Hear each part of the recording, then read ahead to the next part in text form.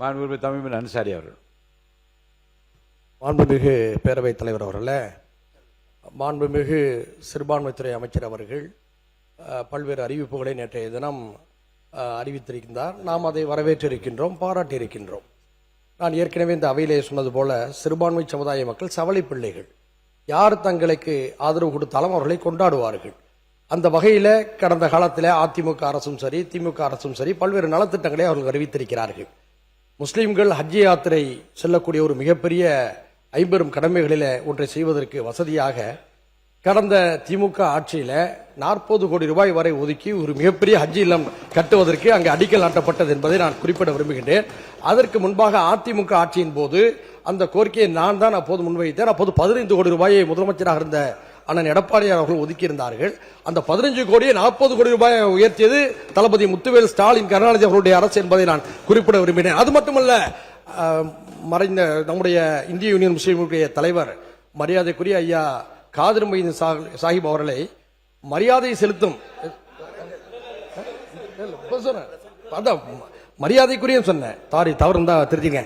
மரியாதைக்குரிய நம்முடைய காதிர் மொய்தீன் சாஹிப் அவர்களுக்கு தகைசால் தமிழர் என்ற உயரிய விருதை அளித்து சிறப்பித்தது முந்தைய திராவிட மாடல் அரசு. நான் என்ன சொல்றேன்னா, முந்தைய அரசுகள் செய்த நல்ல விஷயங்களையும் பாராட்டணும், நீங்களும் செஞ்சிருக்கீங்க, இன்னும் இதை விட சிறப்பாக செய்யுங்க, அதை நம்ம எதிர்பார்க்கிறோம். மாறாக நாங்க மட்டும்தான் எல்லாம் செஞ்சிருக்கோம், மற்றவங்களாம் யாருமே எதுவுமே செய்யல என்பது போல சொல்வது அது ஆரோக்கியமான அரசியலுக்கு உதவாது.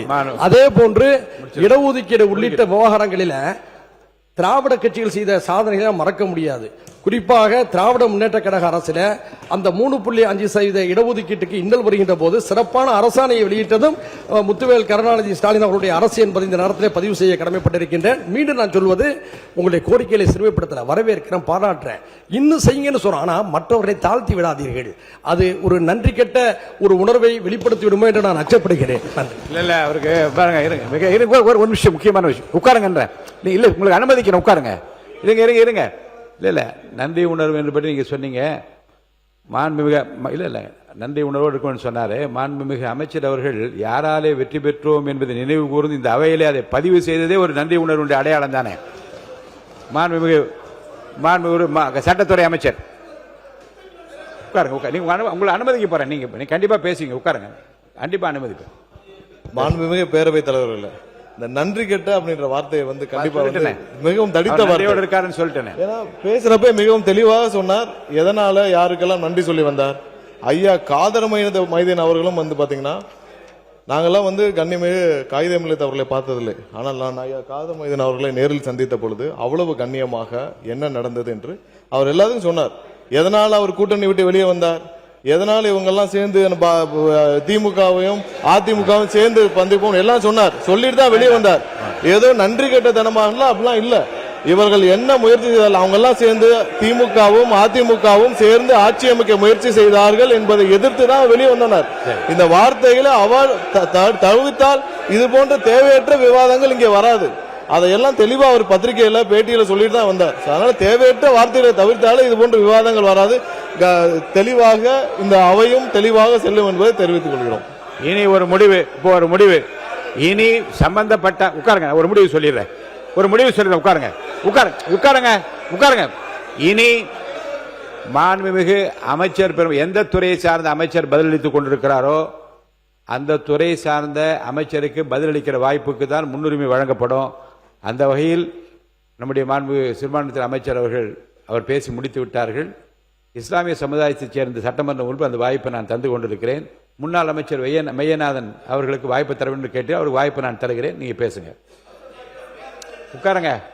மாண்புமிகு பேரவைத் தலைவர் அவர்களே, இந்தியாவில் சமூக நீதியை நிலைநாட்டிய மண் தமிழ்நாடு, நிலைநாட்டிய தலைவர் முத்தமிழறிஞர் தலைவர் கலைஞர் அவர்கள் இஸ்லாமிய மக்களுக்காக இந்தியாவில் 3.5% உள் இடஒதுக்கீடை தந்தவர் முத்தமிழறிஞர் தலைவர் கலைஞர் அவர்கள். அதே மாதிரி கடந்த 5 ஆண்டு காலம் திராவிட மாடல் ஆட்சியில் இஸ்லாமிய மக்களுக்காக தனி கவனம் எடுத்து 5க்கும் மேற்பட்ட பல்வேறு பள்ளிவாசல்கள், 100 ஆண்டுகளை கடந்த பள்ளிவாசல்கள் பழமை மாறாமல் மாற்றுவதற்காக, புதுப்பிப்பதற்காக 50 கோடி ரூபாய் ஒதுக்கீடு செய்து அதை நிறைவேற்றி தந்த தலைவர் நமது திராவிட மாடல் ஆட்சியுடைய தலைவர். அதே மாதிரி இந்த கபிஸ்தலங்களை பற்றி சொல்கிறார். எங்கெல்லாம் இடம் இருக்கிறதோ அந்த இடங்களில் நிதி ஒதுக்கீடு செய்து கட்டி தந்தவர். அதே மாதிரி ஹஜ் யாத்திரை மேற்கொள்கின்ற இஸ்லாமிய சகோதரர்கள் வெளிநாட்டு பயணங்கள் மேற்கொள்கிற பொழுது அங்கே தங்கி செல்வதில் சிரமம் ஏற்படுகின்ற பொழுது என்று கோரிக்கை வைத்தவுடன் கனிவோடு பரிதித்து 40 கோடி ரூபாயிலே அவர்கள் தங்கி செல்வதற்கான அந்த கட்டடத்தை கட்டுவதற்கான பணிகளை மேற்கொண்டவர் திராவிட மாடல் ஆட்சியுடைய தலைவர். அதோடு மட்டுமல்ல, இங்கே சொன்னார்கள் பட்டா இடங்கள்ல தேவாலயங்கள் பள்ளிவாசல்கள் கட்டுவதற்கு நிறைய பேர் அனுமதி கொடுத்துட்டு பல பிரச்சனைகளால தடைபட்டுவிடும். ஆனால் இந்தியாவில் எந்த முதலமைச்சரும் இல்லாத அளவில் தமிழ்நாட்டில் 30 நாட்களுக்குள்ளாக அந்த கட்டிடங்கள் பள்ளிவாசல் தேவாலயங்கள் கட்டப்படுவதற்கான அரசாணை வெளியிட்டவர் திராவிட மாடல் ஆட்சியினர். அது மட்டுமல்ல, 30 நாளைக்கு கொடுக்கலனா 31வது நாள் அரசாணை கொடுத்ததாக ஏற்றுக்கொண்ட நீங்கள் பணிகளை தொடங்கலாம் என்று சொன்ன தலைவர் திராவிட மாடல் ஆட்சியுடைய தலைவர். அவரை பார்த்து இப்படி பேசுகிறேன், நியாயம் தானா என கேட்க விரும்புகிறேன். அதே மாதிரி 10.5% இடஒதுக்கீடு கடந்த அதிமுக ஆட்சியில் கொண்டு வரப்பட்ட அந்த திட்டம் திராவிட மாடல் ஆட்சி பொறுப்பேற்றதுக்கு பிறகும் செயல்படுத்தப்பட்டது. அப்படி செயல்படுத்தப்பட்டது, நான் பேசி முடிச்சிடறேன். அப்படி செயல்படுத்தப்பட்டதுக்கு பிறகு 108, அதாவது இந்த 10.5 மற்ற 20% இடஒதுக்கீடு தான் 10.5 கொடுத்திருக்கோம். இந்த 20% இடஒதுக்கீடு வன்னியர் உட்பட 108 ஜாதிகளுக்கு 1989 20% இடஒதுக்கீடு தந்தவர் முத்தமிழக தலைவர் கலைஞர் அவர்கள். இன்றைக்கு வரைக்கும் 36 வருஷமா நாம அந்த இடஒதுக்கீடு தான் பயன்படுத்துகிறோம். இங்கே பேசியவர் சொன்னார், தலைவர் குடும்பத்தை சார்ந்தவர் வழக்கு போட்டார். அது கிடையவே கிடையாது, உண்மைக்கு புறமான செய்தி. அந்த அதை பத்தி நான் ஆய்வு சொல்லிட்டேன், அதுக்குள்ள போக வேணாம், நான் சொல்லிவிட்டேன். அதை பற்றி ஆய்வு செய்து நான் முடிவு அறிவிக்கிறேன் சொல்லிவிட்டு அதுக்குள்ள போவாதீங்க, விட்டுருங்க. வாங்க சொல்லிடு. 10.5 சென்னை உயர்நீதிமன்றம் மதுரை கிளை வழக்கு வந்தவுடன் அந்த ஜிஓவை ரத்து பண்றாங்க. ரத்து பண்ணவுடன் அன்றைக்கு இருந்த திராவிட மாடல் ஆட்சியுடைய தலைவர் முதலமைச்சர் அன்றைக்கு மருத்துவர் ஐயா அவர்கள் சட்டமன்றத்தில் இங்கே வந்து சந்திக்கிறார். உடனடியாக அதை எதிர்த்து சுப்ரீம் கோர்ட் உச்ச நீதிமன்றம் சென்றவர் நமது அன்றைய தமிழ்நாடு முதலமைச்சர் சட்ட போராட்டம் நடத்தினார். அன்றைக்கு உச்ச நீதிமன்றம் அந்த 10.5% இடஒதுக்கீடு அரசாணையை ரத்து செய்துவிட்டு அவர்கள் என்ன சொன்னார் என்றால், எந்த டேட்டா வச்சு நீங்க இந்த இடஒதுக்கீடு கொடுத்தீங்க, தற்கால தரவுகளின் அடிப்படையில் தான் இந்த இடஒதுக்கீடு வழங்க வேண்டும், கான்டெம்பரரியஸ் டேட்டா அதன்படிதான் வழங்க வேண்டும் என்று உச்சநீதிமன்றம் சொல்கிறது. உடனடியாக அன்றைக்கு இருந்த முதலமைச்சர் இந்த நாட்டுடைய பிரதமர் அவர்களுக்கு கடிதம் எழுதுகிறார், ஜாதி வாரி கணக்கெடுப்பு நடத்தப்பட வேண்டும் என்று. ஏன் ஒன்றிய அரசு நடத்த வேண்டும், சென்சஸ் ஆக்டின் கீழ் தான் ஜாதி வாரி கணக்கெடுப்பு எடுக்க முடியும் என்ற சூழலில் கடிதம் எழுதுகிறார். அதற்கும் பதிலில்லாத பொழுது 26/10/2023 ஒருமனதாக இதே அவையில் ஜாதிவாரி கணக்கெடுப்பு நடத்தப்பட வேண்டும் என்ற தீர்மானம் நிறைவேற்றப்பட்டு மாண்புமிகு இந்திய பிரதமர் அவர்களுக்கு அனுப்பி வைக்கப்பட்டது. அதற்கு பிறகு ஒன்றிய அமைச்சரவை கூடி அவர்கள் முடிவெடுக்கிறார்கள், 2029 ஜாதிவாரி கணக்கெடுப்பு மக்கள் தொகை கணக்கெடுப்போடு ஜாதிவாரி கணக்கெடுப்பு நடத்தப்படும் என்று ஒன்றிய அரசு அறிவித்திருக்கிறது. அந்த அடிப்படையில் தான் ஆளுநர் நிதிநிலை அறிக்கையில புதிதாக பொறுப்பேற்றிருக்கின்ற அரசும் மக்கள் தொகை கணக்கெடுப்பு ஜாதிவாரி கணக்கெடுப்பு எடுத்ததுக்கு பிறகு தமிழ்நாட்டில் நாங்கள் எடுப்போம் என்று கவனமாக சொல்லி இருக்கிறார்கள் என்பதை இந்த அவைக்கு கொண்டு வருகிறேன்.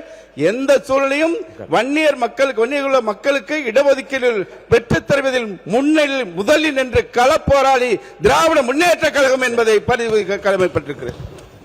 கணேஷ்குமார் அவர்கள்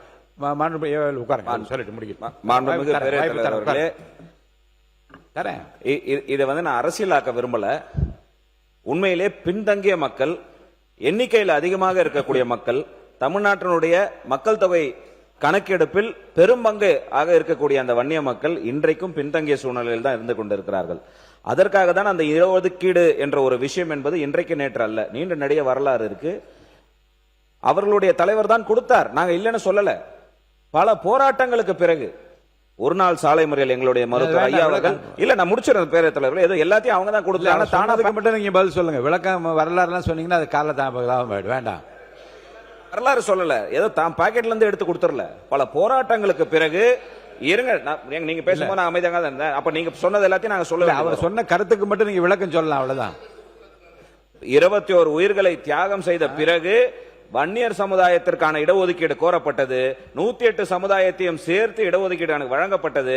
அதையும் நாங்கள் மனதார வரவேற்றோம். அதற்காக தான் அன்னைக்கு கூட அமைச்சர் சொல்லும் போது அந்த மஞ்சத்துண்டு ஏன் முன்னாள் முதல் கலைஞர் அவருடைய கழுத்துல இருந்ததுன்னு கேட்டாரு. 108 சமுதாயத்திற்கு சேர்த்து கொடுத்ததற்காக சமூக நீதிக்கு நீங்க கொடுத்தீங்கன்னு உங்களை அங்கீகரிச்சு பாராட்டி விழுப்புரத்துல மாநாடு ஏற்பாடு செய்து எங்களுடைய நிறுவனர் மருத்துவர் ஐயா அவர்கள் உங்களுக்கு கழுத்துல போட்ட அந்த துண்டு மஞ்சள் துண்டு, அதற்கு பின்னாடியே வரலாறு இருக்கு. நாங்க கேட்கக்கூடிய விஷயம் ஒண்ணுதான். அமைச்சர் தெளிவா சொல்றாரு, ஏன் குழப்புறீங்க? 10.5% இடஒதுக்கீட்டிற்கும் சாதிவாரி கணக்கெடுப்புக்கும் சம்பந்தம் இல்ல. உச்சநீதிமன்றத்தில் தெளிவா கொடுத்திருக்குது, குவான்டிஃபைபிள் டேட்டா. அதற்காக தான் எங்களுடைய தலைவர் மருத்துவர் அன்புமணி ராமதாஸ் அவர்கள் 3 முறை உங்களுடைய முதலமைச்சரை நேரில் வந்து சந்திச்சு குவான்டிஃபைபிள் டேட்டா தாங்க கேட்டிருக்காங்க. எப்படி பின்தங்கி இருக்கிறாங்கன்னு கேட்டிருக்காங்கன்றதற்கு நீங்க ஆணையம் அமைச்சீங்க. ஆணையத்திற்கான ரெக்கமெண்டேஷன் கொடுக்காம 6 மாதத்துல எடுக்கணும்னு சொல்லி இன்னைக்கு 5 வருஷம் ஆச்சு. 5 வருஷமா நீங்க அந்த டேட்டா எடுத்து கொடுக்காததுனால இன்றை வரைக்கும் அந்த மக்கள் அவர்களுடைய உரிமையை பெறுவதற்கு கஷ்டப்பட்டுக்கிட்டு போராடிட்டு இருக்காங்க.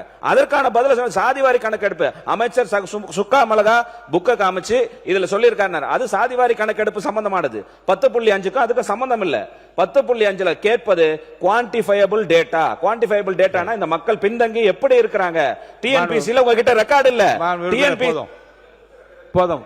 மான் உறுப்பினர் OS மணியன், விளக்கமா சொல்லிட்டீங்க, நிறைய விளக்கங்கள் சொல்லிட்டீங்க, போதுமானது. மான் உறுப்பினர், அமைச்சர், மக்கள் நல்வாழ்வுத்துறை அமைச்சர். பேரவைத் தலைவர் அவர்களே, நேற்றே இந்த மானிய கோரிக்கை குறித்து சட்டமன்ற உறுப்பினர்கள்லாம் பேசியாகிவிட்டது. அமைச்சர் பதில் உரை அளித்து விட்டார். இதன் பிறகு திரும்பவும் இந்த விவாதத்தை ஆரம்பிக்க வேண்டாம். நம்ம முடிச்சிடலாம்.